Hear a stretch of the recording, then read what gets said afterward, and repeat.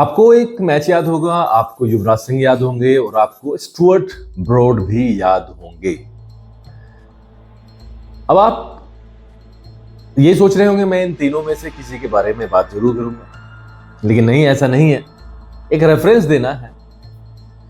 Reference ये है कि जब स्टुअर्ट ब्रॉड पर छक्के मारे युवराज सिंह ने, तो वो मैच एक अलग मैच बन गया और वो रिकॉर्ड अनब्रेकेबल बन गया। उसकी सिर्फ बराबरी हो सकती है। 6 छक्के मारे थे एक ओवर में, सबको पता है। और उसके बाद में स्टुअर्ट ब्रॉड ने जो हाहाकार मचाया पूरे के पूरे वर्ल्ड क्रिकेट में, वो भी हमने देखा। कितने विकेट्स उन्होंने लिए, कप्तान बने, प्रभाव डाला, टेस्ट मैच के स्पेशलिस्ट बॉलर भी बने। अब मैं स्टुअर्ट ब्रॉड के बारे में बात नहीं करना चाहूंगा, उनके पिता के बारे में बात करना चाहूंगा, क्रिस ब्रॉड के बारे में। क्रिस ब्रॉड आईसीसी मतलब कि पैनल के जो है ना रेफरी रहे, और रेफरी ऐसे वैसे नहीं रहे हैं, वो 18-20 साल तक उन्होंने ये सेवा दी। ज्यादातर मैचों में अगर आप देखोगे, अब तो खैर बहुत सारे मैचों में जवागल श्रीनाथ आते हैं, लेकिन बहुत सारे मैचेस में आप क्रिस ब्रॉड को देखते हैं। 550-600 मैचों में उन्होंने वो रेफरी बने। अब रेफरी का काम होता है एक तरीके से जज टाइप का। वो निर्णय देते हैं कि किस पर फाइन लगाना है, किसकी शिकायत को किस तरीके से टैकल करना है, पूरा का पूरा सिस्टम देखते हैं। क्रिस ब्रॉड उस पोजीशन पर थे।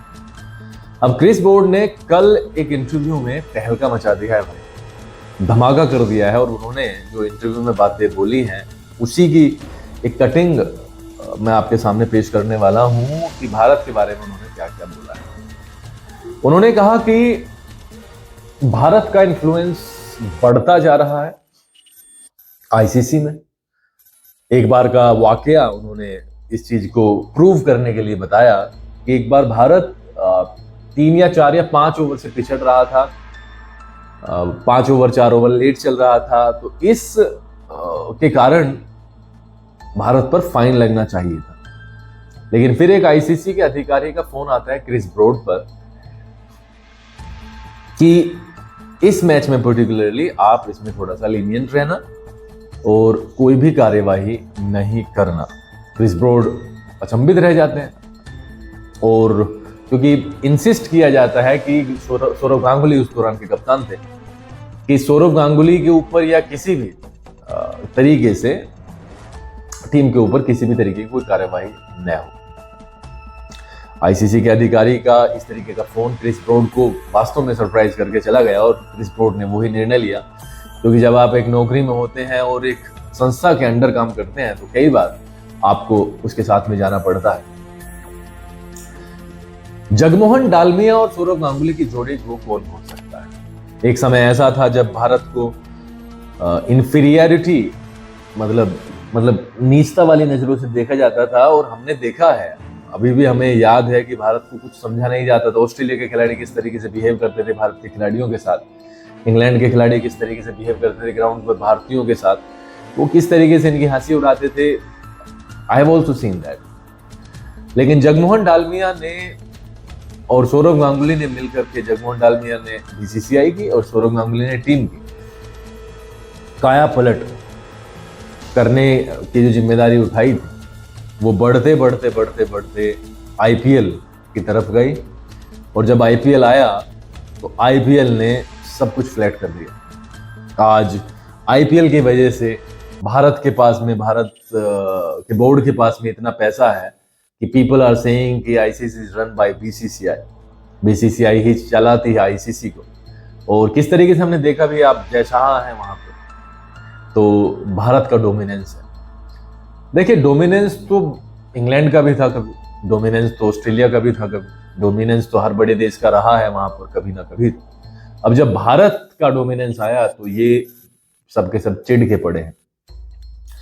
क्रिस ब्रॉड का ये कहना कि जब से भारत ने भारत डोमिनेंट हुआ है, डोमिनेट करना शुरू किया है, भारत का दबदबा बनना शुरू हुआ है, तब तक पॉलिटिकल एंगल भी आईसीसी में आ गया है। और वो खुशनसीब हैं कि अब वो वहां पर नहीं है, क्योंकि वो बहुत ज्यादा टॉक्सिक, बहुत ज्यादा पॉलिटिकली इन्फ्लुएंस्ड संस्था बन गई है जहां पर राजनीति होती है। तो क्रिस ब्रॉड का ये वाली चीज का कहना है। मेरा कहना थोड़ा सा ये है कि अगर इंग्लैंड ने वो डोमिनेंस किया होता, दबदबा बनाया होता, तो कोई क्वेश्चन नहीं करता। ऑस्ट्रेलिया में करा होता तो क्वेश्चन नहीं करता।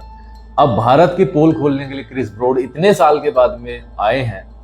कहीं ना कहीं मुझे आई एम फीलिंग प्राउड कि ठीक है, भारत का दबदबा है और एक अच्छी बात है। भारत के पास में पैसा है, वो अपने पोटेंशियल के आधार पे है। भारत ने जिस तरीके से क्रिएटिविटी आईपीएल में दिखाई है उसका कोई जवाब नहीं है। कोई भी लीग 8 में शुरू हुआ, 17 साल हो गए हैं, कोई भी लीग इर्द गिर्द नहीं है, टच करने की बहुत दूर की बात है आईपीएल को। दुनिया भर की लीग चलती हैं पूरे के पूरे वर्ल्ड में, लेकिन आईपीएल को टच करने वाला नहीं है। तो क्रिस ब्रॉड ने बहुत सारी चीजें कही हैं, और क्रिस ब्रॉड का डायरेक्ट नाम ना लेते हुए मैंने आपको वो रेफरेंस दिया स्टुअर्ट ब्रॉड का, जब स्टुअर्ट ब्रॉड ने फ्लिंटोफ की सजा भुगती। फ्लिंटोफ को वो सजा मिलनी थी, फ्लिंटोफ ने ही उकसाया था युवराज सिंह को और सजा मिली उस बच्चे को, क्योंकि तब वो आए थे स्टुअर्ट ब्रॉड एंड क्या हिटिंग, पावर हिटिंग का शिकार हो गए थे और 6 छक्के उस मैच में लगे थे। उनके पिता हैं क्रिस ब्रॉड, और बहुत सारी बातें क्रिस ब्रॉड ने उनके बारे में भी कही हैं, लेकिन that is not a subject of this video. Bharat का ही सब्जेक्ट था, तो I feel proud in some sense.